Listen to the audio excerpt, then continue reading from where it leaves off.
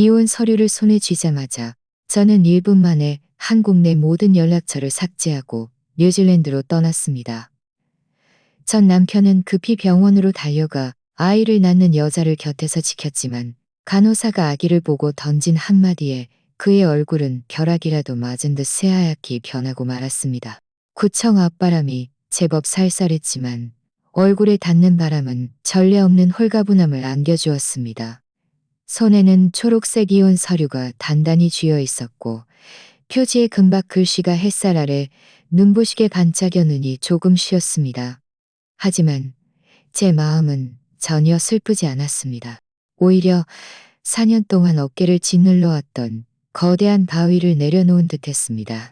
제 맞은편에 서 있는 민준, 제 전 남편의 얼굴에는 아무런 표정도 없었습니다. 마치 저와 이혼 서류를 받은 사람이 그가 아닌 것처럼요. 그는 손목시계를 힐끗 보더니 짜증 섞인 목소리로 말했습니다. 지은 씨, 서류는 다 받았으니 전 먼저 가볼게요. 중요한 회의가 있어서요. 저는 그를 올려다보았습니다.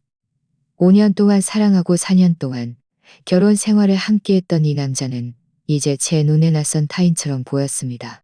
저는 고개를 끄덕였고 제 스스로도 놀랄 만큼 차분한 목소리로 답했습니다. 네, 가세요. 민주는 제가 이렇게 쉽게 수락할 줄 몰랐는지 잠시 멍하니 서 있었습니다. 이내 지갑에서 돈다발을 꺼내 제게 내밀었습니다. 이건 이번 달 생활비예요. 앞으로도 매달 제때 보내줄게요. 이혼했지만 당신이 너무 힘들게 지내지 않도록 할게요. 저는 그 돈다발을 곁눈질로 보았지만 받지 않았습니다. 필요 없어요.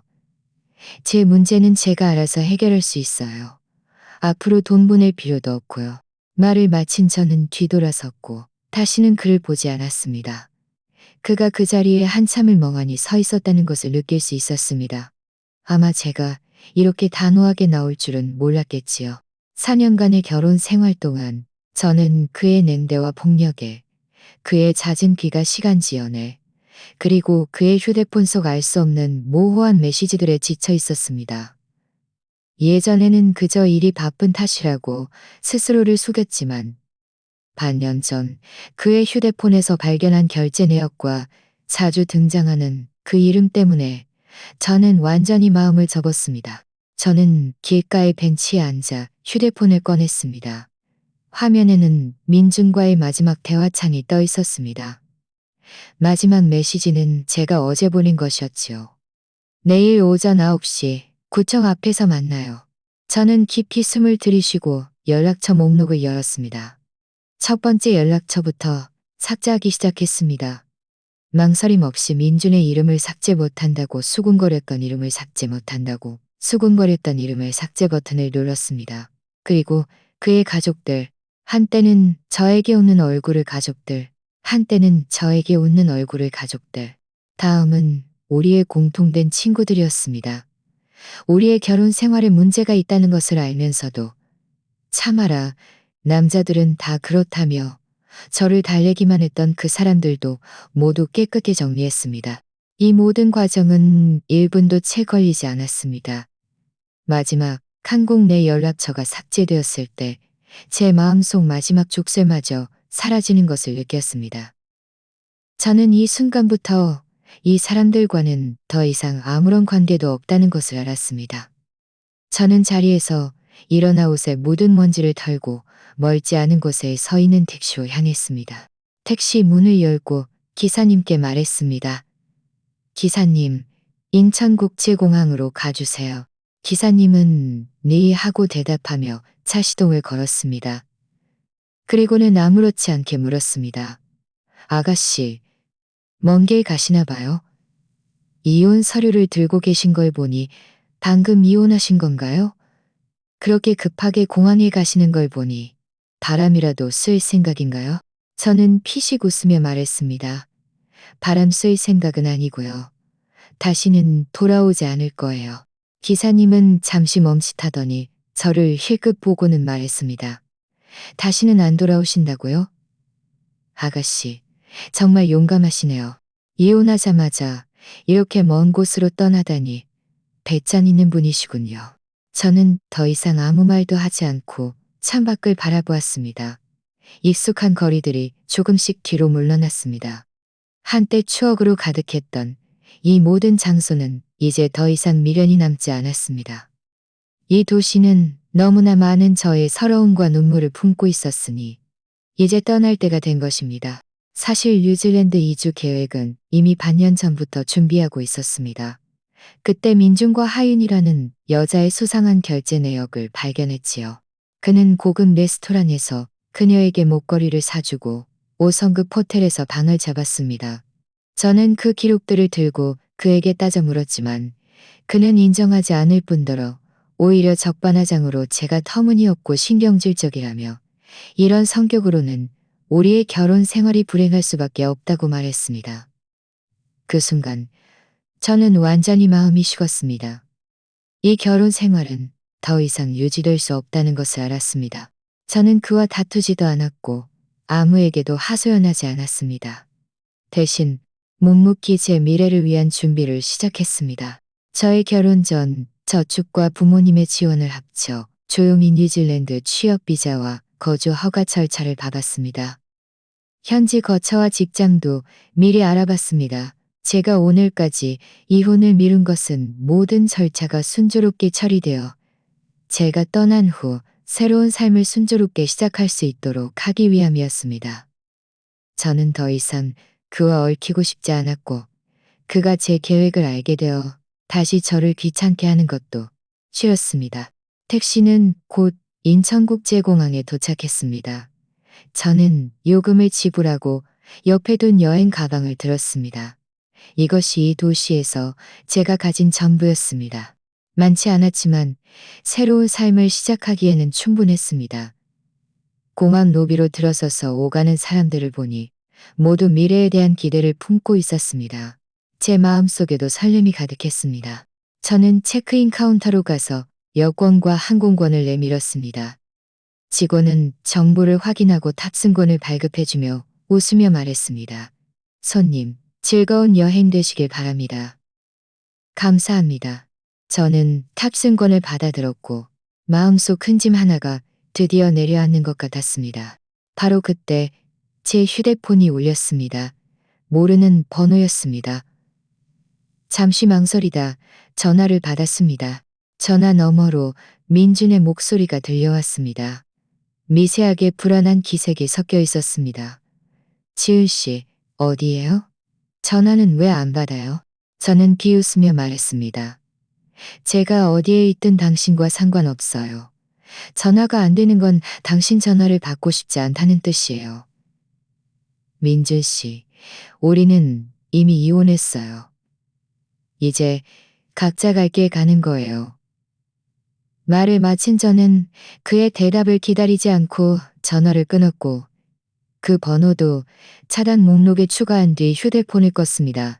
더 이상 그와 불필요하게 얽히고 싶지 않았습니다. 제 미래에는 더 이상 그의 자리가 없을 것입니다. 저는 탑승권을 들고 보안 검색대로 향했습니다. 제 뒤의 모든 것들은 제가 한 걸음 한 걸음 앞으로 나아갈수록 시야에서 천천히 사라져갔습니다. 뉴질랜드, 그 멀고 낯선 나라는 저의 새로운 시작점이 될 것입니다. 저는 이곳을 떠나면 분명 다른 모습의 저를 살아낼 수 있을 것이고 진정으로 저만의 행복한 삶을 살 수 있을 것이라고 믿었습니다. 보안 검색을 받을 때 검색대 직원이 제 여권 정보를 확인하며 아무렇지 않게 물었습니다. 도움이 필요하시면 말씀해 주세요. 저는 웃으며 감사합니다라고 말하고 직접 여행 가방을 컨베이어 벨트에 올렸습니다. 여행 가방이 천천히 검색 기계 안으로 들어가는 것을 보면서 문득 4년 전 민준과 결혼했을 때가 떠올랐습니다. 그때도 그는 고만이서 제 짐을 들어주며 눈빛 가득 다정함을 보였습니다. 그때 저는 그런 다정함이 평생 지속될 것이라고 믿었지만 지금 생각해보니 그저 저에게 보여준 한편의 연극에 불과했습니다. 민준과 저는 대학교 캠퍼스에서 만났습니다. 그는 학생회장이었고 잘생기고 성적도 좋아 많은 여학생들의 우산이었습니다. 저는 그저 평범하고 내성적인 여학생이었습니다. 그런 그가 저에게 적극적으로 구애할 줄은 몰랐습니다. 그는 저를 쫓아다닐 때 많은 노력을 기울였습니다. 제가 좋아하는 모든 것을 기억하고 제가 생리할 때는 흑설탕 차를 끓여주고 시험에 실패했을 때는 위로하고 격려해 주었습니다. 주변 친구들은 모두 저를 부러워하며 그렇게 좋은 남자친구를 만나 복 받았다고 말했습니다. 대학교 졸업 2년 후 우리는 결혼했습니다. 결혼식은 성대하게 치러졌고 그는 모든 친척과 친구들 앞에서 저에게 평생 잘해주고 영원히 사랑하겠다고 약속했습니다. 그때 저는 펑펑 울면서 평생 의지할 사람을 찾았다고 생각했습니다. 하지만 결혼 1년도 채 되지 않아 그는 변했습니다. 그는 직장을 옮겼고 저에게 더 나은 삶을 주기 위함이라고 말했지만 그 후로 그는 잦은 야근을 시작했습니다. 처음에는 회사 야근이나 고객 접대 때문이라고 설명했고 저는 그의 말을 믿었습니다. 매일 밤밥을 차려놓고 그가 돌아오기를 기다렸습니다.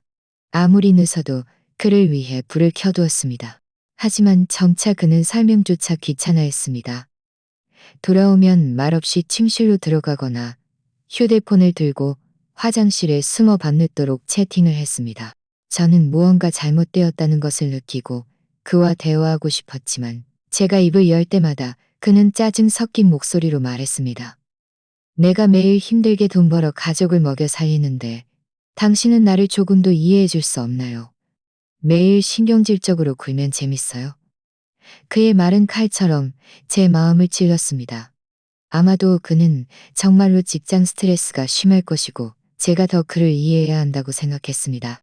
그래서 저는 모든 서러움을 꾹 참고 묵묵히 그의 생활을 돌보았습니다. 하지만 저희 인내는 그의 소중함을 되찾아주지 못했고 오히려 그를 더욱 방자하게 만들었습니다. 그는 점점 더 늦게 귀가했고 때로는 밤새 집에 들어오지 않는 경우도 있었습니다. 그의 휴대폰도 비밀번호로 잠겨 있었고 항상 몸에서 떨어뜨리지 않았습니다. 심지어 샤워할 때도 휴대폰을 욕실로 가져갔습니다. 한 번은 그가 샤워하는 동안 휴대폰이 거실에서 충전 중이었는데 화면이 갑자기 켜지면서 하윤이라고 저장된 사람에게서 메시지가 떴습니다. 내용은 민준 오빠, 언제 저랑 놀러 올 거예요? 저 혼자 너무 심심해요. 이 메시지를 보자마자 제 온몸에 피가 얼어붙는 것 같았습니다. 휴대폰을 든 손이 끊임없이 떨렸습니다. 더 많은 내용을 보고 싶었지만 휴대폰에는 비밀번호가 걸려 있었습니다. 저는 소파에 앉아 그가 샤워를 마치고 나오기를 기다렸습니다. 그가 나와 제가 그의 휴대폰을 들고 있는 것을 보자마자 그의 얼굴은 순식간에 변했습니다. 그는 급히 다가와 휴대폰을 낚아채며 따져 물었습니다. 지은 씨, 내 휴대폰을 훔쳐봤어요. 저는 눈물을 꾹 참으며 그에게 물었습니다. 하윤이 누구예요?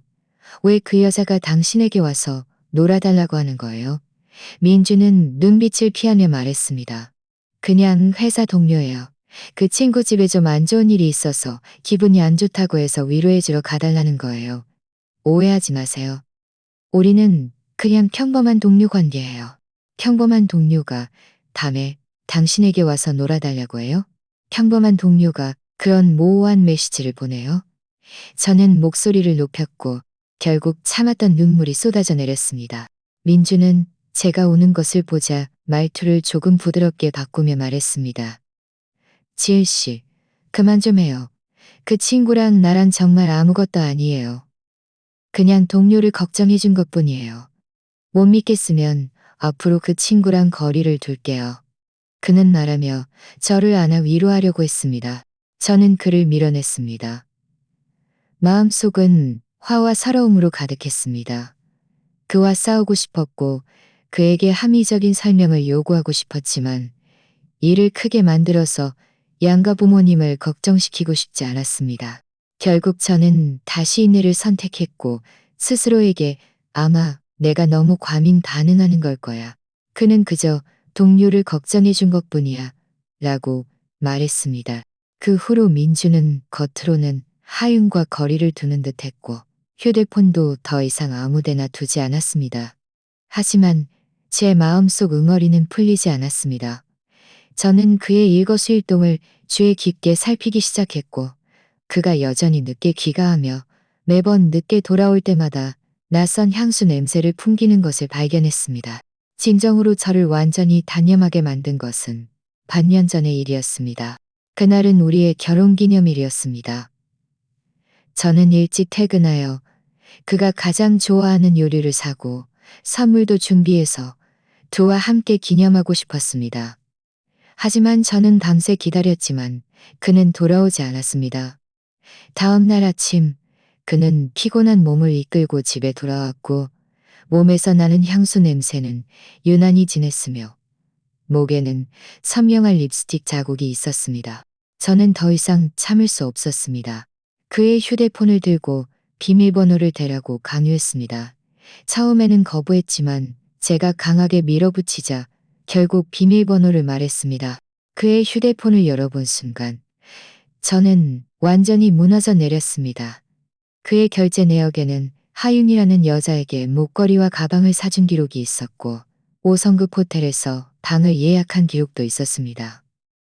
그들의 채팅 기록은 더욱 눈 뜨고 볼 수 없을 지경이었습니다. 온통 모호한 연애 메시지들 뿐이었습니다.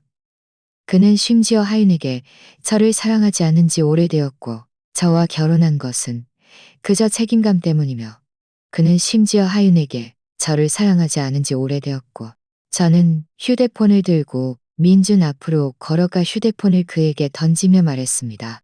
민준 씨, 당신이 한 짓 좀 봐요. 나에게 이렇게 해도 되는 거예요?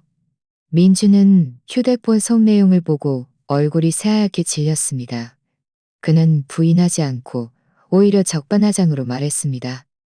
지은 씨, 내가 모를 거라고 생각하지 마요. 당신 마음속에는 이미 나에 대한 불만이 가득했잖아요. 내가 당신에게 더 좋은 삶을 주지 못했고 함께하는 시간이 너무 적다고 생각했으니까. 그래서 당신이 신경질적으로 굴고 나에게 문제를 시니까. 그의 말을 듣고 저는 완전히 마음이 식었습니다. 그가 잘못을 저지르고도 인정하지 않을 뿐더러 모든 책임을 저에게 전가할 줄은 몰랐습니다. 그 순간 저는 이 결혼 생활은 더 이상 유지될 수 없다는 것을 알았습니다. 저는 그와 다투지도 않았고 아무에게도 하소연하지 않았습니다. 대신 묵묵히 눈물을 닦고 제 미래를 위한 준비를 시작했습니다. 저는 부모님께서 예전에 뉴질랜드에 계신 오랜 친구분이 저에게 일자리를 소개해 줄 수 있다고 말씀하셨던 것이 떠올랐습니다. 부모님께 제 생각을 말씀드리자 비록 저를 떠나보내기 아쉬워하고 가슴 아파하셨지만 제 결정을 지지해 주셨습니다. 그리고 자신들의 저축을 꺼내 비자와 거주 허가 절차를 받는 것을 도와주셨습니다. 뉴질랜드 이주를 준비하는 반년 동안 저는 매일 평소처럼 민준에게 밥을 차려주고 빨래를 하며 아무것도 모르는 척했습니다. 그는 제가 예전처럼 자신에게 속고 있다고 생각했고 저에게 더욱 방자하게 굴었습니다. 하지만 그는 제가 더 이상 예전에 나약하고 불쌍한 지훈이 아니라는 것을 몰랐습니다. 제 마음속에는 오직 한 가지 생각뿐이었습니다. 바로 그와 빨리 이혼하고 저를 슬프게 했던 이곳을 떠나 새로운 삶을 시작하는 것이었습니다. 방송에서 탑승한 내 방송이 흘러나와 제 회상을 끊었습니다. 저는 깊이 숨을 들이쉬고 눈가에 눈물을 닦으며 탑승고를 향했습니다. 지난 모든 일은 이미 과거가 되었습니다. 오늘부터 저는 저 자신을 위해 살 것이고 더 이상 누구를 위해서도 스스로를 희생하지 않을 것입니다. 비행기에 올라 제 자리를 찾아 앉았습니다. 가방을 옆에 두고 안전벨트를 맸습니다. 창밖의 활주로가 뒤로 움직이고 기체가 살짝 흔들리며 활주를 시작했습니다. 저는 의자, 등받이에 기대어 눈을 감았습니다. 뉴질랜드 이주를 준비했던 반년 동안의 일들이 머릿속에 떠올랐습니다. 그날 민준에게 모든 것을 털어놓았다가 오히려 적반하장으로 비난받은 후 저는 그와 대화하려는 마음을 완전히 접었습니다. 그런 사람과 더 이야기해봤자 소용없고 저만 더 서러워질 뿐이라는 것을 알았습니다. 제가 해야 할 일은 빨리 제 앞길을 마련하고 소리 없이 떠나는 것이었습니다. 저는 먼저 핑계를 대고 친정으로 돌아갔습니다. 엄마를 본 순간 저는 더 이상 참을 수 없어 그들의 품에 안겨 한바탕 울음을 터뜨렸습니다. 민준이 외에도 사실을 그들에게 모두 털어놓았습니다. 부모님은 제 이야기를 듣고 화가 나고 가슴 아파하셨습니다. 엄마는 제 손을 잡고 울면서 말했습니다. 우리 불쌍한 딸이안, 그렇게 많은 서러움을 겪고 울면서도 외도끄면서도 네가 전에 말했던 대로 뉴질랜드로 가거라. 그런 남자랑은 살지 마. 아빠는 얼굴이 잿빛이 되어 말했습니다. 너랑 네 엄마랑 거기 박 이사님이라는 오랜 친구가 있어. 아빠의 옛 전우인데 지금 뉴질랜드에서 한인 기업을 운영하고 있어. 분명히 네 일자리랑 거처를 잘 마련해 줄 거야. 그들의 지지가 생기자 제 마음은 더욱 든든해졌습니다. 엄마는 즉시 박 이사님께 전화해서 제 상황을 설명했습니다. 박 이사님은 흔쾌히 제 이력서를 먼저 보내달라고 했고 회사 내에 적합한 직책을 마련해 주겠다고 했습니다. 또한 자신이 소유한 빈 아파트 한 채를 저에게 빌려주어 제가 정착한 후에 직접 집을 찾아볼 수 있도록 해주겠다고 했습니다. 전화를 끊은 후 엄마는 박 이사님의 연락처를 제게 주며 말했습니다. 박 이사님은 정말 좋은 분이야. 거기 가면 무슨 일이든 그분께 말하렴. 너랑 나는 이미 저축한 돈을 다 꺼냈어. 이 카드에 넣어뒀으니 비자 신청하고 비행기 표 사고 거기 가서 생활비로 써. 저는 은행 카드를 받아들었고 다시 눈물이 쏟아졌습니다. 이것이 평생 모은 저축이라는 것을 알았습니다. 그들은 평소에 아끼고 아껴 제가 필요할 때 도와주기 위해 모은 돈이었습니다. 저는 울면서 말했습니다. 아빠, 엄마, 정말 감사해요. 이 돈은 나중에 꼭 갚을게요. 아빠는 제 어깨를 두드리며 말했습니다. 바보 같은 소리 하지 마. 부모 자식 사이에 받고 안 갚고가 어디 있니? 네가 잘 지내는 것이 무엇보다 중요해. 걱정 말고 가서 네 꿈을 펼쳐. 집에는 우리가 있으니 염려마라. 친정에서 돌아온 후 저는 조용히 준비를 시작했습니다. 먼저 제 이력서를 박 이사님께 보냈고 그는 곧 퇴신을 주었습니다. 행정보조 직책을 마련해 주었고 급여와 대우도 아주 좋다며 빨리 비자를 신청하고 입사하라고 했습니다. 뉴질랜드 취업 비자를 받으려면 학력 증명서, 범죄 기록 증명서, 건강검진 보고서 등 많은 서류를 준비해야 했습니다. 민준의 의심을 사지 않기 위해 저는 퇴근, 시간과 주말을 이용해 이 모든 절차를 밟았습니다. 매번 외출할 때마다 민준에게는 친구들과 쇼핑하거나 헬스장에 간다고 말했습니다. 그때 그의 마음은 온통 하윤에게 가 있었기 때문에 저에게 전혀 신경 쓰지 않았고 한 번은 공증 사무실에 학력 증명서 공증을 받으러 갔는데 공증 사무실 문을 나서자마자 민준의 차가 길가를 지나가는 것을 보았습니다. 저는 놀라 급히 옆 기둥 뒤에 숨었고 그의 차가 시야에서 사라진 후에야 안도의 한숨을 쉬었습니다. 그때 저는 반드시 속도를 내서 빨리 이곳을 떠나야 한다고 생각했습니다. 그렇지 않으면 그가 눈치채서 또 무슨 일을 벌일지 몰랐기 때문입니다. 비자 절차를 밟는 것 외에도 저는 조용히 제 물건들을 정리하기 시작했습니다. 옷, 신발, 책, 그리고 몇 가지 중요한 서류들을 모두 정리하여 큰 상자 몇 개에 담아 박 이사님 뉴질랜드 주소로 보냈습니다. 옷장에는 평소 자주 입던 옷 몇 벌만 남겨두었고 집에도 필요한 생활용품만 남겨 민준이 아무것도 눈치채지 못하게 했습니다. 동시에 저는 민준의 외에도 증거를 수집하는 것도 잊지 않았습니다. 제가 떠나더라도 그를 그냥 두지 않을 것이라는 것을 알았습니다. 저는 그의 휴대폰 속 결제 내역과 채팅 기록을 몰래 캡처하여 저장했고 그가 늦게 귀가하거나 밤새 들어오지 않는 시간도 모두 기록했습니다. 한 번은 그가 하윤을 데리고 백화점에 쇼핑하러 갔다가 제 친구에게 목격되었습니다. 제 친구가 몰래 사진을 찍어 저에게 보내주었고 저도 그 사진들을 저장했습니다. 이 모든 증거들은 이혼할 때 제가 유리한 위치를 차지하고 제 권리를 침해받지 않기 위함이었습니다. 준비 과정 내내 저는 매일 현명한 아내인 척해야 했습니다. 여전히 예전처럼 매일 아침 일찍 일어나 민준에게 아침 식사를 차려주고 저녁에는 퇴근해서 그에게 저녁 식사를 해주었습니다.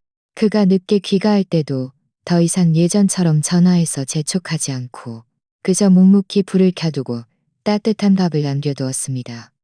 때로는 그가 술 냄새와 향수 냄새를 풍기며 돌아오면 저는 그저 조용히 물 한 잔을 건네고 수건을 내밀어준 다음 돌아서서 씻었습니다. 한 번은 그가 평소보다 일찍 돌아와 소파에 앉아 TV를 보다가 갑자기 저에게 물었습니다. 지은 씨, 요즘 많이 변한 것 같아요. 나에게 별로 신경도 안 쓰고 싸우지도 않고요. 제 마음은 쿵 하고 내려앉았습니다.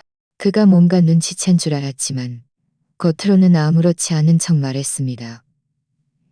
예전에는 제가 너무 철이 없었어요. 항상 당신과 싸우고 짜증나게 했죠.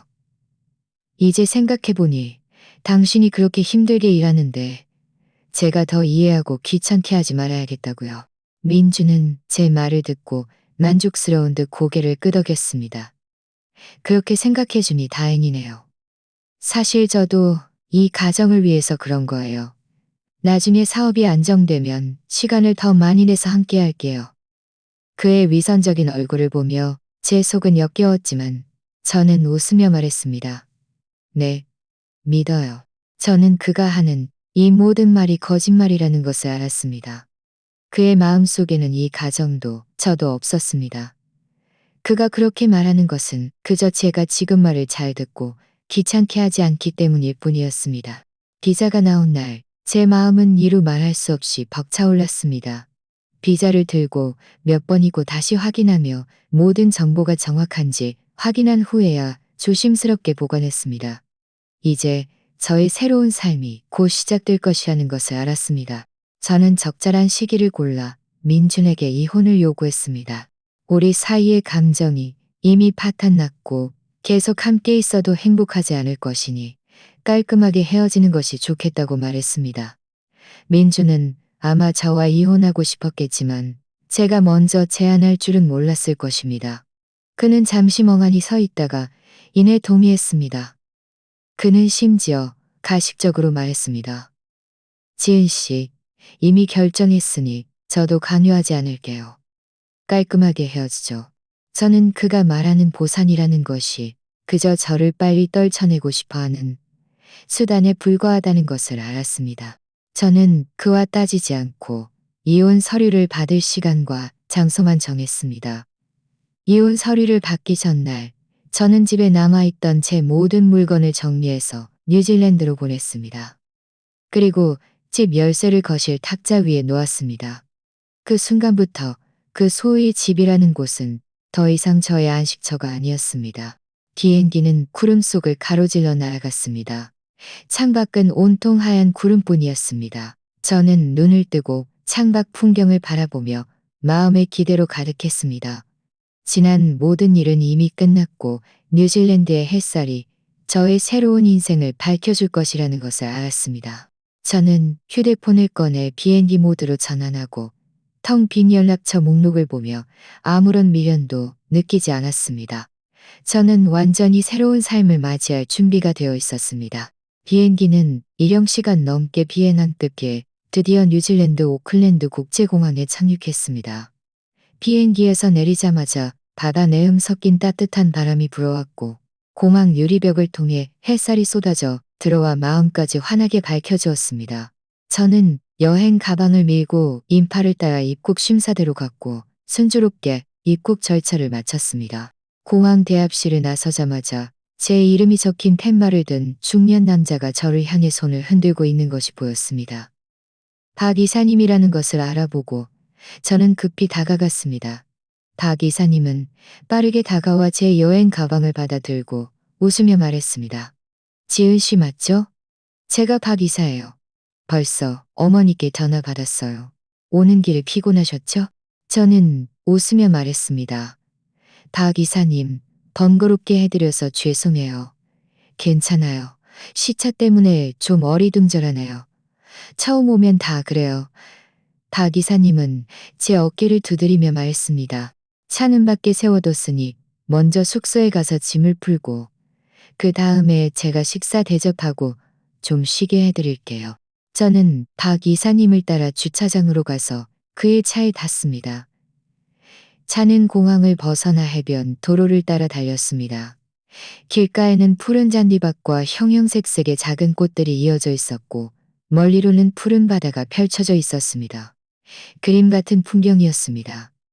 창밖 풍경을 보며 제 마음속 마지막 우울함마저 사라졌습니다. 박 이사님이 저에게 마련해준 아파트는 시내 중심에 있었고 그의 회사와도 멀지 않았습니다. 방 2개짜리 아파트였는데 깔끔하고 넓게 꾸며져 있었고 가구와 가전제품이 모두 갖춰져 있었습니다. 박 이사님은 문을 열어주며 말했습니다. 이 집은 제가 평소에 잘 안 사니 편하게 지내세요. 필요한 거 있으면 저한테 말해요. 같이 사러 가요. 저는 방으로 들어가 낯설면서도 아늑한 공간을 보며 감사의 마음으로 가득했습니다. 박 이사님, 정말 감사해요. 집이 너무 좋아요. 이모부한테 무슨 객기를 부려요? 박 이사님은 여행 가방을 거실에 내려놓으며 말했습니다. 먼저 짐 정리 좀 해요. 저는 아래층에서 기다릴게요. 현지안이 식당에 가서 식사하고 좀 쉬게 해드릴게요. 아마 입맛에 맞을 거예요. 저는 고개를 끄덕이며 박 이사님이 내려가기를 기다렸습니다. 그가 떠난 후 저는 간단히 짐을 정리하고 깨끗한 옷으로 갈아입은 후 아래층으로 내려갔습니다. 박 이사님은 저를 근처인 식당으로 데려가 몇 가지 가정식 요리를 시켜주었습니다. 식사를 하면서 박 이사님은 이곳의 생활 습관과 업무상 주의사항에 대해 이야기해 주었습니다. 그리고 이틀 정도 시차 적응을 하고 다음 주 월요일에 회사로 출근하라고 말했습니다. 식사를 마친 후 박 이사님은 저를 아파트로 데려다주고 예비 열쇠까지 건네준 후에야 안심하고 떠났습니다. 저는 아파트로 돌아와 샤워를 마친 후 침대에 누워 잠이 들었습니다. 깊은 잠이었습니다. 악몽도 서러움도 없이 전례 없는 평온함만이 있었습니다. 제가 떠난 후 한국의 민주는 이혼 후의 광란에 빠져 있었습니다. 저는 나중에 옛 친구 수빈에게서 들었습니다. 저와 그가 이혼 서류를 받은 당일 그는 소위 중요한 회의에는 가지 않고 곧장 하윤의 집으로 차를 몰고 갔다고 합니다. 민주는 이혼 서류를 하윤에게 보여주며 그녀의 허리를 감싸 안고 의기양양하게 말했습니다. 하윤아, 봐봐. 내가 그 지겨운 아내랑 이혼했어. 오늘부터 난 자유의 몸이야. 이제 너에게 온전히 집중할 수 있어. 하윤은 휴대폰 속 이혼 서류 사진을 보며 눈이 실처럼 가늘어지도록 웃었습니다. 발끝을 들고 민준에게 키스하며 말했습니다. 민준 오빠, 정말 잘했어요. 역시 오빠가 가장 사랑하는 사람은 나였어. 민준은 하윤을 안고 말했습니다. 당연하지. 예전에는 그 여자랑 있으면 매일이 잔소리뿐이라 정말 지겨웠어. 너랑 있으면 매일이 행복해. 자, 쇼핑하러 가자. 뭐든지 사고 싶은 거 다 사줄게. 그날 오후 민주는 하윤을 데리고 시내 중심의 명품 백화점으로 갔습니다. 하윤은 세상 물정 모르는 아이처럼 여러 매장을 오가며 옷을 입어보고 명품 가방과 시계도 여러 개 착용했습니다. 민주는 옆에서 그녀를 지켜보며 하윤이 무엇을 원하든 망설임 없이 결제했습니다. 눈 하나 깜짝하지 않았습니다. 어떤 점원은 민준을 알아보고 그가 이혼했다는 사실을 알고는 사적으로 수군거렸습니다. 민준은 그 말을 듣고도 전혀 민망해하지 않고 오히려 의도적으로 하윤의 어깨를 감싸 안으며 큰 소리로 말했습니다. 이 사람은 제 여자친구예요. 곧 결혼할 거예요. 백화점에서 나온 후 민주는 다시 하윤을 데리고 고급 레스토랑으로 가서 저녁 식사를 했습니다. 상나리가 휘어지게 음식을 시켰고 몇십만 원을 지불했습니다. 식사를 하면서 민주는 하윤과 미래 계획까지 세웠습니다. 더 큰 집을 사주고 새 차도 사주고 새 차도 사주고 그녀가 아이를 낳으면 결혼해서 전업주부로 편안하게 지내게 해줄 것이라고 말했습니다. 하윤은 민준의 어깨에 기대어 행복한 얼굴로 말했습니다. 민준 오빠, 저는 아무것도 필요 없어요. 오빠랑 함께 있을 수만 있다면 돼요. 하윤의 애교에 민주는 정신을 못 차리고 즉시 휴대폰을 꺼내 그녀에게 5억만 원을 송금하며 말했습니다. 이걸로 네가 좋아하는 거 사. 앞으로 내 돈은 다 네 돈이야. 마음껏 써. 사실 민준이 이렇게 아낌없이 쓰는 것은 한편으로는 하윤의 환심을 사기 위함이었고 다른 한편으로는 저라는 짐을 떨쳐내 홀가분했기 때문이었습니다. 그는 자신이 쓴 이 돈의 일부가 우리의 부부 공동 재산이며 이혼했더라도 제가 분할할 권리가 있다는 것을 전혀 생각하지 않았습니다. 하지만 그때의 저는 이런 것에는 더 이상 신경 쓰지 않았습니다. 저에게는 그를 떠나 새로운 삶을 시작하는 것이 무엇보다 중요했습니다. 민주는 하윤과 며칠을 함께 보낸 후 저에게 몇 번 전화를 걸어보았지만 여전히 연결되지 않았습니다. 몇 통의 카카오톡 메시지도 보냈지만 모두 바다로 던져진 돌멩이처럼 아무런 답이 없었습니다.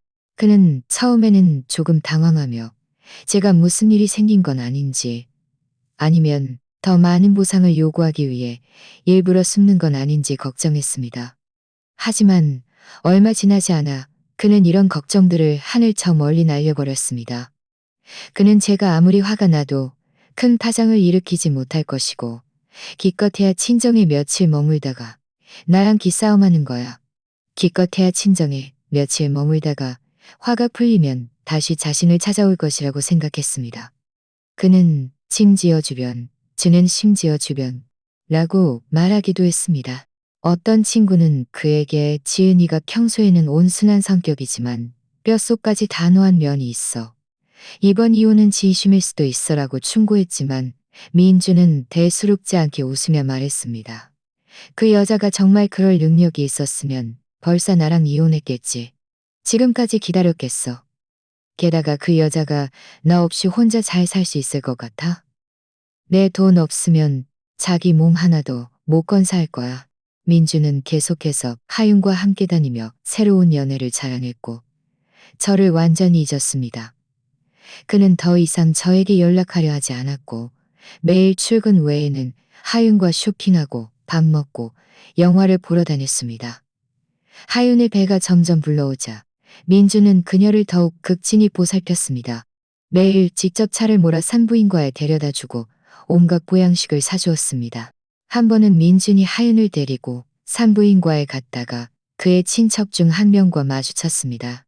친척은 배가 부른 하윤을 보고 민준을 보며 의아하게 물었습니다. 민준아, 이 아이가 너랑 지은이 아이니? 민준은 하윤의 허리를 감싸 안고 의기양양하게 말했습니다. 저랑 지은이는 이미 이혼했어요. 이 사람은 제 여자친구 하윤이에요. 우리는 곧 결혼할 거예요.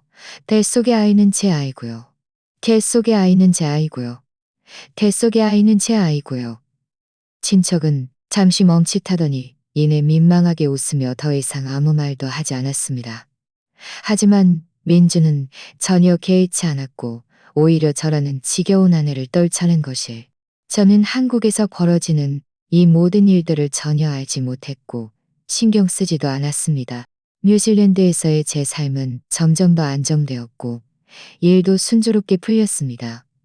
이사님은 제가 성실하고 책임감 있게 일하는 것을 보고 중요한 업무들을 저에게 맡기셨고 제 급여도 많이 올랐습니다. 저는 제가 번 돈으로 아파트에 새 가구와 가전제품을 들여 바늑하게 꾸몄습니다. 출퇴근과 주말 외출을 편리하게 하기 위해 중고차도 한 대 샀습니다. 차가 생긴 후 활동 반경이 넓어져 한 번은 차를 몰고 해변, 마을로 여행을 갔다가 현지 아닌 유학생들을 만났습니다. 그들은 해변에서 행사를 하고 있었는데 저 혼자 있는 것을 보고는 저를 열정적으로 초대했습니다. 저는 그들과 함께 노래하고 춤추고 게임을 하며 즐거운 시간을 보냈습니다. 그날 밤 우리는 함께 해변했습니다. 그날 밤 우리는 함께 해변에서 바비큐를 하고 고양이들, 제 옆에 열정적이고 쾌활한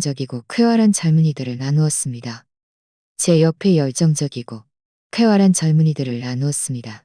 저는 더 이상 결혼 생활에서 참고 희생했던 지은이가 아니었습니다. 저는 독립적이고 자신감 넘치며 행복한 지은이었습니다. 가끔 민준이 떠오르기도 했지만 제 마음 속에는 더 이상 아무런 파동도 없었습니다. 심지어 그때 그와 단호하게 이혼하고 저를 슬프게 했던 곳을 떠난 것이 정말 다행이라고 생각했습니다. 그렇지 않았다면 지금의 저는 여전히 그의 냉대와 배신을 견디고 있었을 것입니다. 저는 저의 선택에 매우 감사하며 지금의 삶을 소중히 여겼습니다. 저는 민준과 하윤의 행복한 삶이 오래가지 못할 것이라는 것을 알았습니다.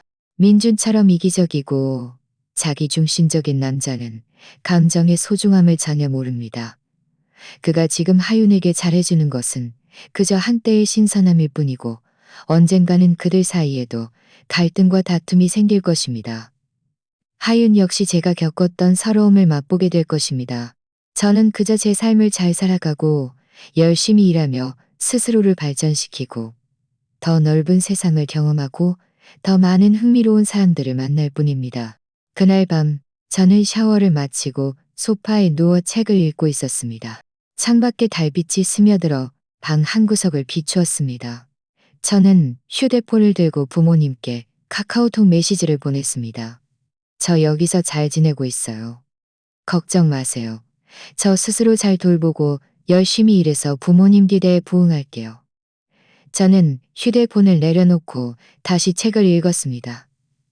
저는 휴대폰을 내려놓고 다시 책을 읽었습니다. 제 마음은 잔잔한 호수처럼 평온했고 아무런 물결도 일지 않았습니다. 저는 이미 과거와 완전히 갸이게 되지 않았습니다. 뉴질랜드에서의 제 삶은 점점 더 순조로웠습니다. 업무적으로는 이미 혼자서 모든 것을 처리할 수 있게 되었고 이사님은 저에게 승진과 함께 급여 인상을 제안하며 행정총괄 업무를 맡아달라고 했습니다. 저는 기꺼이 수락했고 매일 의욕이 넘쳤습니다. 제 노력으로 이곳에 단단히 뿌리내릴 것이라고 생각했습니다. 주말에는 더 이상 박 이사님, 가족과 함께 놀러가는 것뿐만 아니라 회사 동료들과 함께 등산이나 캠핑을 가기도 했습니다. 우리는 솟아오른 설산을 보고 맑은 호수를 거닐고 부드러운 모래사장을 박았습니다. 모든 풍경이 제 마음을 상쾌하게 해주었습니다. 저는 또한 현지 음식들을 많이 배웠습니다. 양갈비구이, 크림버섯 수프, 과일 샐러드 등 맛있는 음식을 만들 때마다 동료들을 집으로 초대하여 함께 음식을 나누고 인생 이야기를 즐겼습니다. 어학원 선생님은 저에게 현지 아닌 커뮤니티에 참여할 것을 권유했습니다. 커뮤니티에는 뜻이 맞는 친구들이 많았습니다. 우리는 자주 봉사활동을 조직하여 요양원에 가서 어르신들을 찾아뵙고 보육원에 가서 아이들과 함께 시간을 보냈습니다. 다른 사람들을 돕는 과정에서 저는 전례 없는 만족감을 느꼈고 뉴질랜드에 머물겠다는 결심을 더욱 확고히 했습니다. 저는 부모님께 현지 특산품인 분유, 꿀, 건강보조제, 그리고 제가 직접 만든 디저트들을 많이 보냈습니다. 부모님은 그것들을 받은 후 제게 영상통화를 걸어 웃으며 말씀하셨습니다. 지은아, 너 이제 정말 못하는 게 없구나. 네가 만든 디저트가 밖에서 파는 것보다 훨씬 맛있어. 저는 웃으며 말했습니다. 엄마가 좋아하시면 다음에도 또 보내드릴게요. 제가 여기서 자리 잡으면 부모님 모셔서 한동안 부모님 모셔서 여기 생활도 경험해보세요. 엄마는 눈시울을 붉히며 말했습니다. 그래, 기다릴게. 서두르지 말고 네 자신부터 잘 챙기면 돼.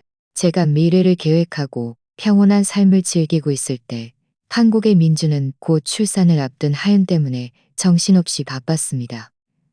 저는 나중에 친구 수빈에게서 들었습니다. 하윤의 출산 예정일이 보름 정도 남았을 때 민주는 회사에 장기 휴가를 내고 모든 과정에 동행하겠다고 했다고 합니다. 혹시라도 작은 실수라도 생길까봐 전전긍긍했습니다. 이전에 예약해둔 고급 사립병원 VIP 분만실도 민주는 직접 다시 확인하고 추가 비용을 지불하여 병원에서 가장 훌륭한 의사와 간호사 그리고 가장 완벽한 산모용품을 준비했습니다. 그는 심지어 분만실에 미리 풍선과 꽃을 많이 장식해두며 하윤에게 아늑한 출산 환경을 제공하고 아이가 태어나자마자 넘치는 사랑을 느낄 수 있도록 하겠다고 말했습니다. 하윤은 민준의 극진한 보살핌을 받으며 매일 아무것도 하지 않고 침대에 누워 태교만 했습니다. 민주는 매일 다양한 영양식을 만들어 주었습니다. 아침에는 제비즙과 찐 달걀, 점심에는 닭곰탕과 갈비탕, 저녁에는 그녀가 좋아하는 담백한 반찬을 해주었습니다. 하윤이 무엇을 먹고 싶어 하든 아무리 멀리 있어도 민주는 차를 몰고 가서 사왔습니다. 한 번은 하윤이 한밤중에 갑자기 강남의 오래된 만두집 만두가 먹고 싶다고 했습니다. 민주는 말없이 옷을 입고 차를 몰고 나갔습니다. 그때는 이미 새벽 1시가 넘었고 밖에는 폭우가 내리고 있었습니다. 민주는 비를 맞으며 1시간 넘게 운전한 끝에 만두를 사왔습니다. 돌아왔을 때는 온몸이 흠뻑 젖었지만 그는 먼저 만두를 데워 하윤 앞에 내밀었습니다. 하윤은 비에 젖은 민준의 모습을 보고는 일부러 애교를 부리며 말했습니다. 민준 오빠 고생했어요. 사실 꼭 먹어야 하는 건 아니었는데 그냥 갑자기 먹고 싶어져서요. 민주는 급히 만두를 시켜주며 웃으며 말했습니다. 고생은 무슨. 네가 먹고 싶으면 내가 칼산 불바다라도 뛰어들 거야. 너는 지금 특비어들 거야. 하윤은 민준의 어깨에 기대어 의기양양하게 말했습니다. 민준 오빠, 정말 나에게 잘해줘요. 아이가 태어나면 우리 세 가족이 행복하게 함께 살 수 있을 거예요. 민주는 하윤의 배를 어루만지며 기대에 찬 눈빛으로 말했습니다. 그래, 벌써 다 생각해뒀어. 아이가 태어나면 너에게 성대한 결혼식을 해줄 거야. 모든 사람들에게 네가 내 아내라는 것을 알릴 거야. 그리고 아이에게 최고의 교육을 시켜서 가장 훌륭한 사람으로 만들 거야. 아이의 탄생을 맞이하기 위해 민주는 미리 대형 아파트를 리모델링했습니다. 아기방 기준에 맞춰 아늑하고 안전하게 꾸몄습니다. 그는 직접 아기 침대, 유모차, 분유, 기저귀, 그리고 온갖 장난감과 옷을 고르며 아기 방을 가득 채웠습니다. 그는 또한 자주 하윤의 배를 안고 아이에게 말을 걸었습니다. 아가야, 아빠 여기 있어. 착하게 일찍 나와서 아빠 만나자. 아빠가 너에게 재미있는 장난감 많이 준비해뒀고 재미있는 곳도 많이 데려가 줄게. 민주는 주변 친척과 친구들에게도 자신이 곧 아빠가 된다고 자랑했고 아이가 태어나면 돌잔치에 와달라고 초대했습니다. 어떤 친척은 그에게 하윤이 아직 결혼한 사이가 아닌데 지금 이렇게 떠벌리는 것은 좋지 않다고 충고했지만 민주는 대수롭지 않게 말했습니다. 저랑 하윤이는 진심으로 사랑하는 사이예요. 결혼은 시간 문제일 뿐이죠. 결혼은 시간 문제일 뿐이죠. 게다가 제가 이렇게 그 친구랑 우리 아이를 아끼는데 뭘 숨겨요. 그는 심지어 자신과 하윤의 커플 사진, 그리고 꾸며진 아기방 사진을, 하신명의 작은 생명의 탄생이네. 작은 생명의 탄생이라서 나세. 사진 속 민주는 하윤의 배를 감싸 안고 있었고 두 사람은 더없이 달콤하게 웃고 있었습니다. 옛 동료들은 이 아사나 스테시물을 보고 사적으로 수군거리며 민준이 너무 냉정하다고 말했습니다.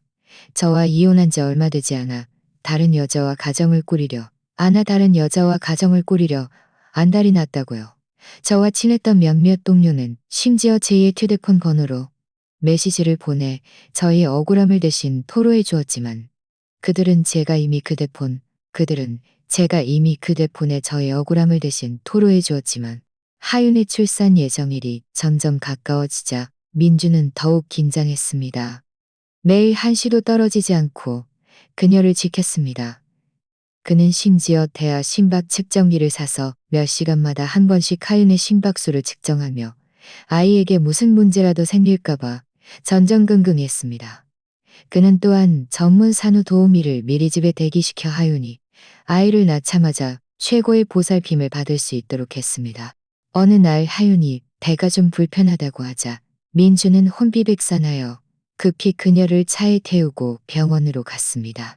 의사는 검사 후 가성 진통일 뿐이니 너무 긴장하지 말라고 했습니다.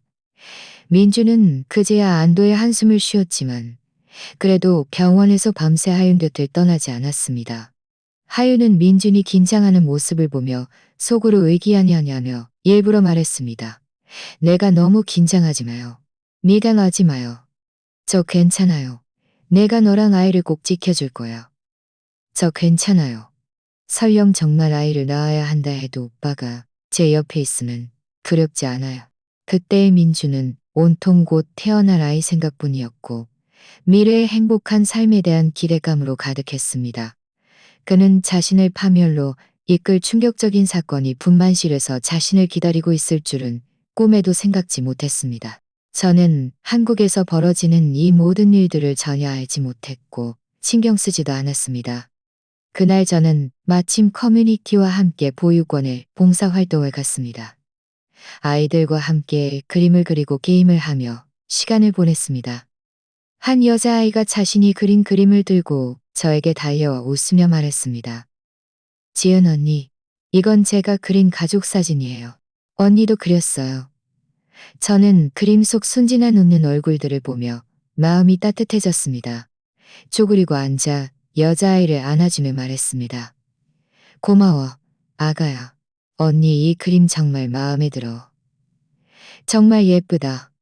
해가 서쪽으로 지고 저와 동료들은 아이들과 작별 인사를 하고 집으로 향했습니다. 하늘과의 아름다운 노을을 보며 저는 깊이 숨을 들이쉬고 저녁 바람을 맞았습니다. 보육원에서 돌아온 다음 날 저는 공식적으로 행정총괄 업무를 맡게 되었습니다. 새로운 직책은 부담이 좀 더 커졌지만 저에게 더 많은 것을 배우게 해주었습니다. 이사님은 많은 중요한 프로젝트를 저에게 맡기셨고 저를 데리고 산업정상회의에 참석하여 많은 업계 선배들을 만나게 해주셨습니다. 저는 매일 충실하게 살았고 제 목표를 향해 한 걸음 한 걸음 나아갔습니다. 한편 한국의 병원에서는 이미 하윤의 출산 예정일이 다가왔습니다. 민주는 이틀 전부터 그녀를 데리고 예약해둔 VIP 분만실에 입원했고 모든 것을 완벽하게 준비했습니다. 분만실은 꽃과 풍선으로 가득했고 산모용품도 최고급으로 갖춰져 있었습니다. 민주는 심지어 전문 사진작가를 고용하여 아이의 탄생 과정을 모두 기록할 준비까지 했습니다. 병원에 입원한 당일 오후 하윤은 규칙적인 진통을 시작했고 고통에 이마에 땀방울이 송골송골 맺혔습니다. 민주는 분만실 밖에서 안절부절 못하며 몇 분마다 한 번씩 간호사에게 상황을 물었습니다. 간호사는 그의 질문에 짜증이 났는지 말했습니다. 민준 씨, 너무 조급해하지 마세요. 출산은 정상적인 과정이에요. 저희가 최선을 다할 테니 밖에서 기다리시면 돼요. 민주는 전혀 진정하지 못하고 복도를 왔다 갔다 걸었습니다. 손에는 휴대폰을 꼭 쥐고 시시때때로 친척과 친구들에게 하윤이 아이를 낳을 것이라고 알리는 메시지를 보냈습니다. 친척과 친구들은 모두 축하 메시지를 보냈고 어떤 이들은 미리 축의금을 보내 아이가 태어나면 담례떡을 사라고 했습니다. 민주는 휴대폰 속 축하 메시지를 보며 얼굴에 의기양양한 미소가 가득했습니다. 마치 아이가 태어난 후의 행복한 장면을 이미 보고 있는 듯했습니다. 시간은 한시도 멈추지 않고 흘러갔습니다. 분만실에서 하윤의 고통스러운 비명이 한바탕 들려왔습니다. 민준의 심장은 쿵 하고 내려앉았습니다. 분만실 문 너머로 큰 소리로 외쳤습니다. 하윤아, 힘내. 내가 밖에서 함께할게. 약 3시간 정도 지났을까 분만실 안의 비명이 갑자기 멎었고 이어서 맑은 아기의 울음소리가 들려왔습니다. 민주는 순간 감격하여 벌떡 일어섰습니다. 눈은 분만실 문에 고정되어 있었고 입에서는 끊임없이 태어났어. 태어났어. 라고 중얼거렸습니다. 주변에 기다리던 친척과 친구들도 모여들어 그에게 축하를 건넸습니다. 민주는 입이 귀에 걸리도록 웃으며 계속해서 모두 고마워요. 잠시 후 아이가 나오면 내 튼튼한 아들을 잘 봐주세요. 라고 말했습니다. 얼마 지나지 않아 분만실 문이 열리고 분홍색 간호사복을 입은 간호사가 포대기에 사인하기를 안고 나왔습니다. 민주는 급히 달려가 자신의 아이를 보고 싶어 안달했습니다. 간호사는 걸음을 멈추고 민준에게 웃으며 말했습니다. 민준 씨, 축하드립니다. 아들이에요. 3. 1. KH 건강하게 태어났어요. 민준은 감격하여 목소리가 떨렸고 아기의 작은 얼굴을 만지고 싶어 손을 내밀며 말했습니다. 바로 그때 간호사는 손에 든 진료 기록부를 내려다보더니 다시 민준을 올려다보며 아무렇지 않게 말했습니다. 아, 민준 씨, 한 가지 알려드릴 사안이 있습니다. 아기의 혈액형은 AB형입니다. 저희가 이전에 기록한 정보에 따르면 민준 씨와 하윤 씨의 혈액형은 모두 O형이셨습니다. 혈액형 유전 법칙에 따르면 O형 부모님에게서는 AB형 아기가 태어날 수 없습니다. 간호사의 목소리는 크지 않았지만 민준의 귓가에는 벼락처럼 울려 퍼졌습니다. 내밀었던 그의 손은 허공에서 멈췄고 얼굴의 미소는 순식간에 굳어졌습니다. 그는 완전히 멍하니 서서 간호사를 노려보며 자신의 귀를 믿을 수 없다는 표정을 지었습니다. 주변의 친척과 친구들도 모두 조용해졌고 얼굴의 미소도 사라졌습니다. 모두 민준을 이상한 눈빛으로 바라보았습니다. 방금 전까지 시끌벅적했던 복도는 순식간에 쥐 죽은 듯 조용해졌고 민준은 떨리는 목소리로 간호사에게 물었습니다. 방금 뭐라고 했어요? 다시 말해봐요. 간호사는 그가 제대로 듣지 못했다고 생각했는지 다시 한번 반복했습니다. 민준 씨, 아기의 혈액형은 AB형입니다. 민준 씨와 하율 씨는 모두 O형이시고요. O형 부모님에게서는 AB형 아기가 태어날 수 없으니 친자 확인을 통해 친자 관계를 확인해야 합니다. 이번에는 민준이 또렷하게 들었습니다. 그의 얼굴은 순식간에 창백해져 종이처럼 핏기 하나 없었습니다. 그는 비틀거리며 두 걸음 뒤로 물러섰고 넘어질 뻔했지만 다행히 옆에 있던 친척이 그를 붙잡았습니다. 그의 몸은 끊임없이 떨렸고 눈빛에는 충격, 분노, 그리고 불신이 가득했습니다. 입으로는 중얼거렸습니다. 말도 안 돼. 이럴 리 없어.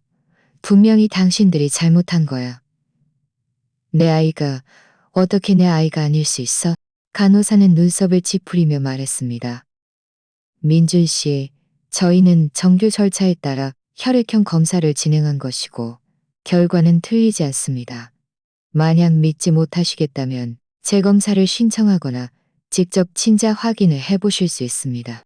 민준은 그를 붙잡고 있던 친척을 맹렬히 밀쳐내고 분만실 문으로 달려가 문을 세게 두드리며 큰 소리로 외쳤습니다. 하윤, 나와. 이게 도대체 무슨 일이야? 아이는 누구 아이야?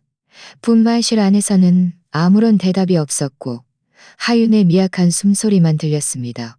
민주는 더욱 분노하여 문을 두드리는 힘을 점점 강하게 했고 입으로는 끊임없이 하윤을 욕했습니다. 하윤, 이 못된 년. 주변의 친척과 친구들은 모두 경악했습니다.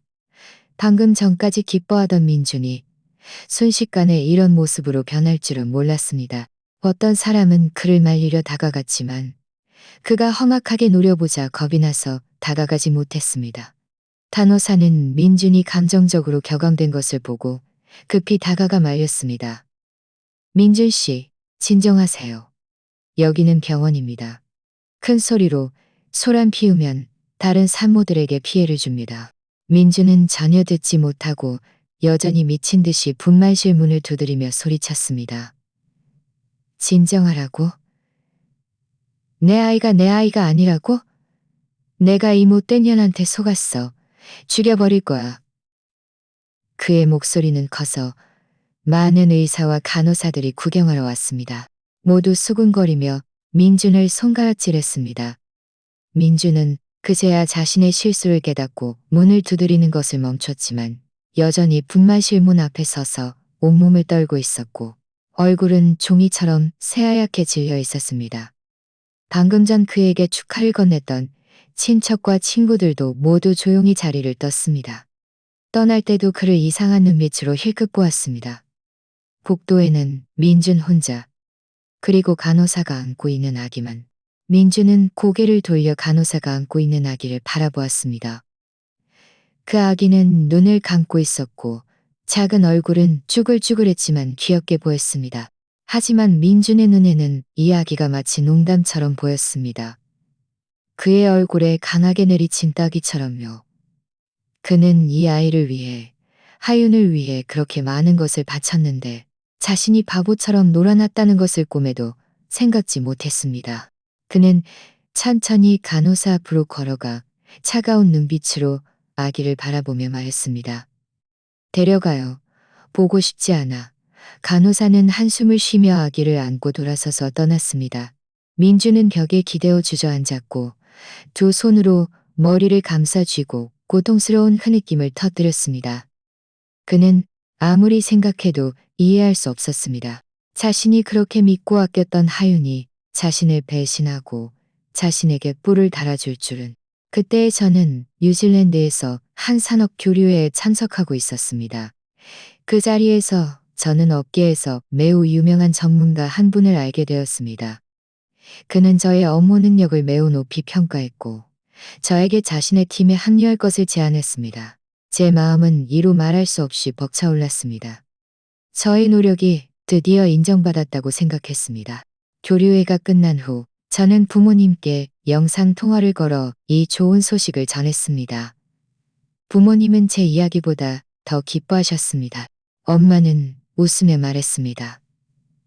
지은아, 정말 대단하다. 엄마는 네가 자랑스러워. 저는 웃으며 말했습니다. 고마워요. 아빠, 엄마. 다 부모님이 저를 지지해 주신 덕분이에요.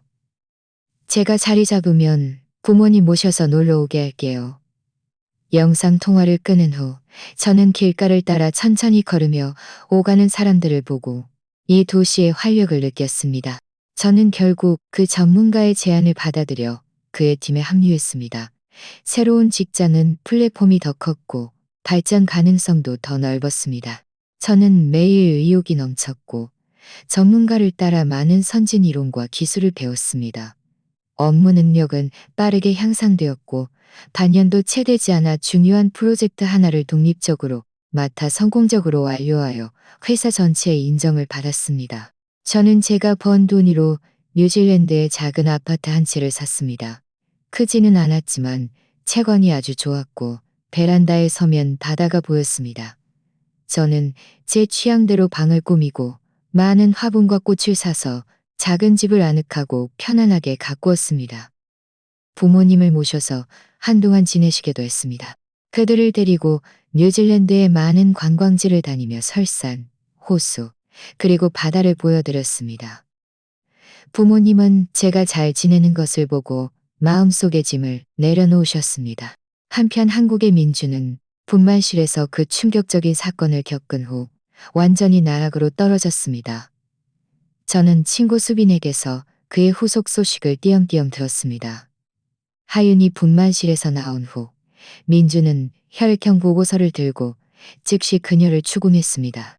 처음에는 하윤이 병원이 잘못했다고 민준이 자신을 믿지 못한다고 변명하려 했지만 민준이 친자 확인을 하겠다고 나서자 결국 당황하며 아이가 민준의 아이가 아니라는 것을 인정했습니다.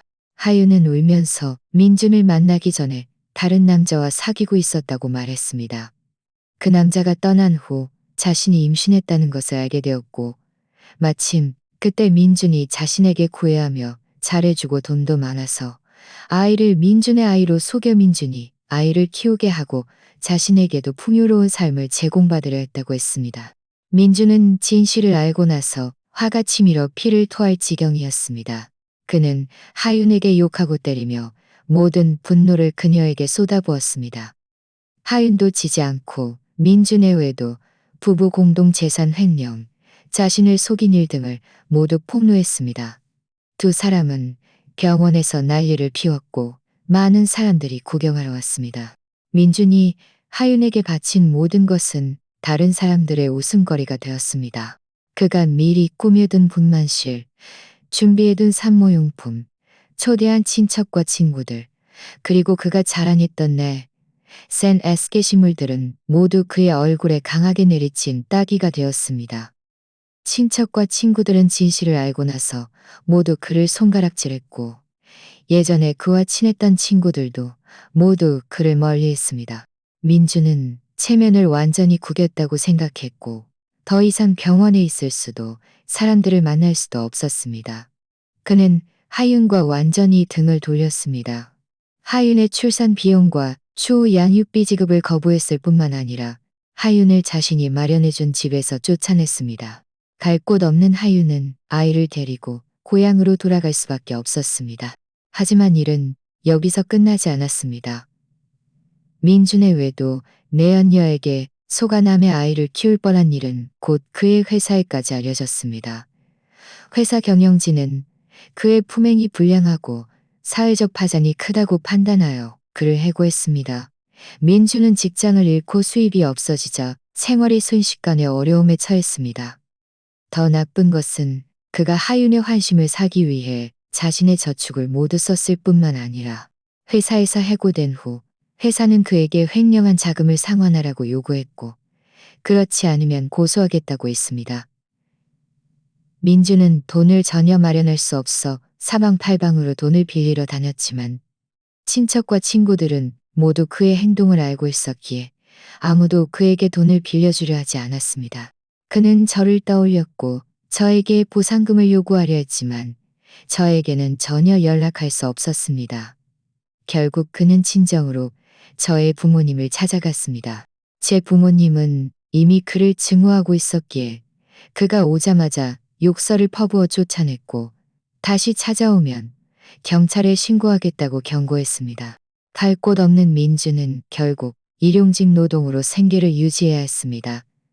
예전에는 고소득 회사원이었고 고급 장소를 드나들었지만 이제는 공사장에서 벽돌을 나르고 식당에서 설거지를 하며 가장 힘들고 고된 일을 하고 적은 임금을 받았습니다. 그는 매일 아끼고 아꼈지만 여전히 빚더미에 앉아 비참한 삶을 살았습니다. 나중에 수비는 민준이 장기간의 우울증과 과로로 인해 건강이 악화되어 심각한 위장병과 관절염에 걸렸다고 말했습니다. 그는 좁고 낡은 월세방에서 혼자 살았고 옆에는 아무도 그를 돌봐주는 사람이 없었습니다. 마치 외로운 유령처럼 살았습니다.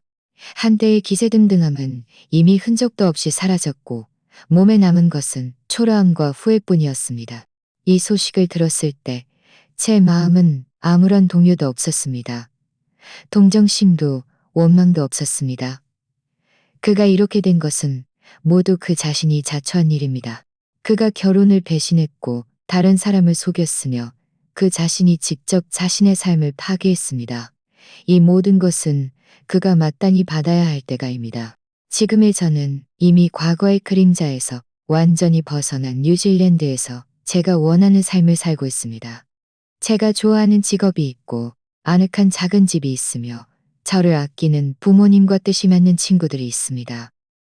저는 스스로를 사랑하는 법을 배웠고 삶을 즐기는 법을 배웠습니다. 저 자신은 점점 더 자신감 넘치고 밝아졌습니다.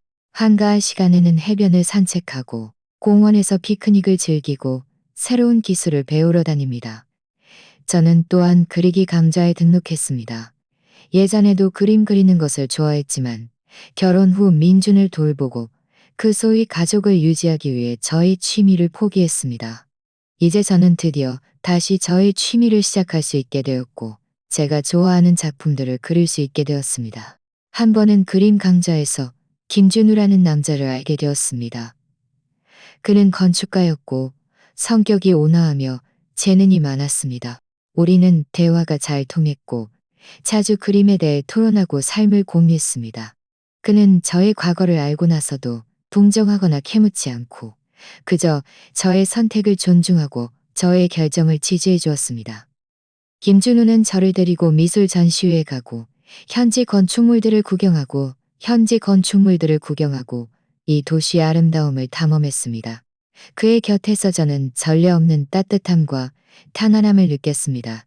우리는 서로를 존중하고 지지합니다. 좋은 관계는 서로를 발전시키는 것이지 서로를 소모시키는 것이 아니라는 것을 알았기 때문입니다. 저는 우리가 진심으로 서로를 대한다면 미래는 분명 아름다울 것이라고 믿었습니다. 지나간 실패한 결혼 생활을 돌이켜보면 한때 저에게 극심한 고통을 주었지만 이제 생각해보니 바로 그 경험 덕분에 제가 성장하고 강해지고 스스로를 사랑하는 법을 배우게 되었습니다. 그리고 민준을 떠났기에 제가 뉴질랜드로 와서 이렇게 좋은 사람들을 만나고 제가 원하는 삶을 살 수 있게 된 것입니다. 저는 그때의 저의 단호한 결정에 매우 감사하며 그 지겨운 결혼 생활에 빠져들지 않은 것을 다행으로 생각합니다. 저는 또한 한 가지 진리를 깨달았습니다. 여자는 언제든 자기 자신을 잃어서는 안 되며 다른 사람을 위해 스스로를 희생해서는 안 됩니다. 오직 스스로를 사랑하는 법을 배워야만 다른 사람에게 사랑받을 수 있고 행복한 삶을 누릴 수 있습니다. 해가 서쪽으로 지고 저와 김준우는 해변 벤치에 앉아지는 노을을 바라보았습니다. 노을빛이 바다 위에 뿌려져 물결이 반짝였습니다. 김준우는 제 손을 잡고 다정하게 말했습니다. 지은 씨, 당신이 옆에 있어서 정말 좋아요. 저는 웃으며 그의 어깨에 기대어 말했습니다. 저도요. 바닷바람은 짠맛을 머금고 있었지만 행복의 맛도 함께 담고 있었습니다. 저는 제 미래가 햇살과 희망으로 가득하다는 것을 알았습니다. 그리고 저에게 상처를 주었던 사람들은 이미 저의 뒤편에 멀리 던져져 더 이상 제 삶에 영향을 미칠 수 없을 것입니다. 이것이 그들에게 주는 최고의 복수이자. 자, 오늘 이야기는 여기까지입니다. 시청해주셔서 감사합니다. 제 채널이 마음에 드셨다면 구독과 좋아요 부탁드립니다. 행복하세요.